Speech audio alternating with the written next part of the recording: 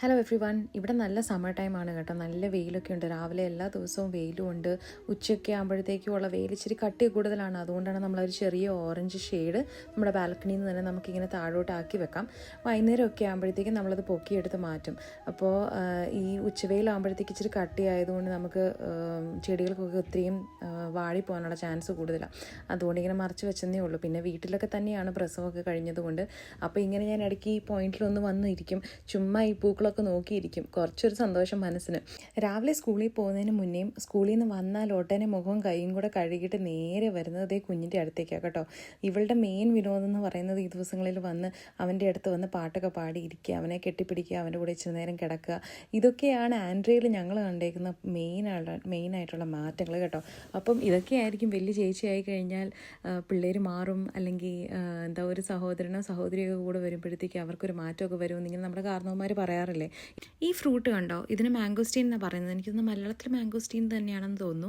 അത്യാവശ്യം 1-2 വർഷമൊക്കെ എടുത്ത് കൃഷി ചെയ്യുന്ന ഒരു ഫ്രൂട്ടാണ്. എനിക്കിത് ഭയങ്കര ഇഷ്ടമാണ് കേട്ടോ. മാംഗോസ്റ്റീൻ, ലിച്ചി, അങ്ങനത്തെ ചില ഫ്രൂട്ട്സ് ഭയങ്കര ഇഷ്ടമാണ്.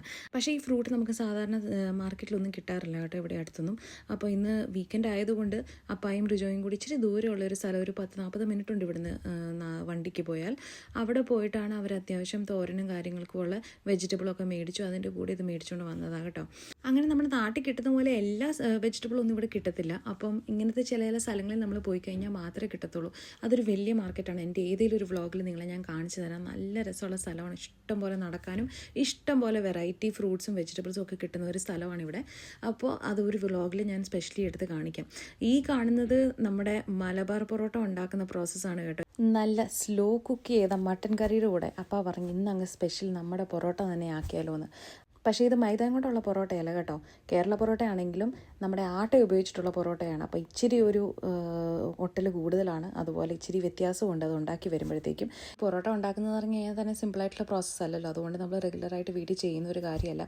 ഇന്ന് അങ്ങനെ ഒരു മൂഡ് വന്നപ്പോഴത്തേക്കും അപ്പോൾ പറഞ്ഞു ഞാൻ പൊറോട്ട ഉണ്ടാക്കാം, ഒന്ന് ട്രൈ ചെയ്താലോ എന്ന് വിചാരിച്ച് അങ്ങ് ചെയ്യുന്നത്. അപ്പോൾ ഇത് ശരിക്കും പറഞ്ഞാൽ ഇങ്ങനത്തെ സാധനങ്ങളൊക്കെ ഉണ്ടാക്കണമെങ്കിൽ നല്ലപോലെ ക്ഷമ വേണം അല്ലേ. എൻ്റെ അടുത്ത ക്ഷമ തീരെ കുറവാണ്.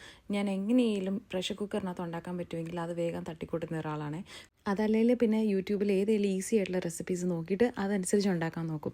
പിന്നെ വേറൊരു കാര്യം എനിക്ക് തോന്നിയിട്ടുള്ളത്, സാധാരണ നമ്മളിപ്പോൾ ഡെലിവറി കഴിയുമ്പോഴത്തേക്കും ഇപ്പം ഞാൻ കുഞ്ഞിന് പാലൊക്കെ കൊടുക്കുന്നുണ്ട്. അപ്പോൾ അത്യാവശ്യം ഫുഡ് എല്ലാ നേരം എന്ന് പറഞ്ഞ പോലെ മിൽക്ക് സപ്ലൈ കുറയാതിരിക്കാൻ നമുക്ക് ഫുഡൊക്കെ വേണം.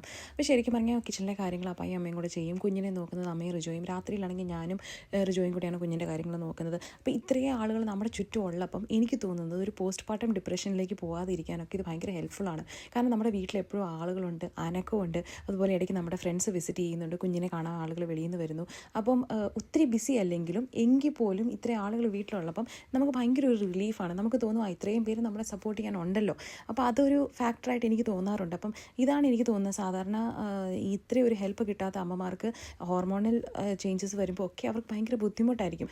അങ്ങനെയായിരിക്കും എനിക്ക് തോന്നുന്നു ഒരുവിധം പോസ്റ്റ്മോർട്ടം ഡിപ്രഷനിലേക്ക് പോകാനുള്ളൊരവസ്ഥയിലേക്കും കാര്യങ്ങൾ എത്തിച്ചേരുന്നത്. പറഞ്ഞ് എവിടെയൊക്കെ കാട് കയറിപ്പോയി. സോ ഗൈസ്, ഇതാണ് നമ്മുടെ ഫൈനൽ പ്രോഡക്റ്റ്. നല്ല crispy and soft parotta with mutton curry. അടിപൊളി ടേസ്റ്റ് ആയിരുന്നു. അപ്പോൾ ഇന്നത്തെ വ്ളോഗിൽ ഇതൊക്കെയാണ് വിശേഷങ്ങൾ. അടുത്ത വ്ളോഗിൽ കാണാം. ബൈ.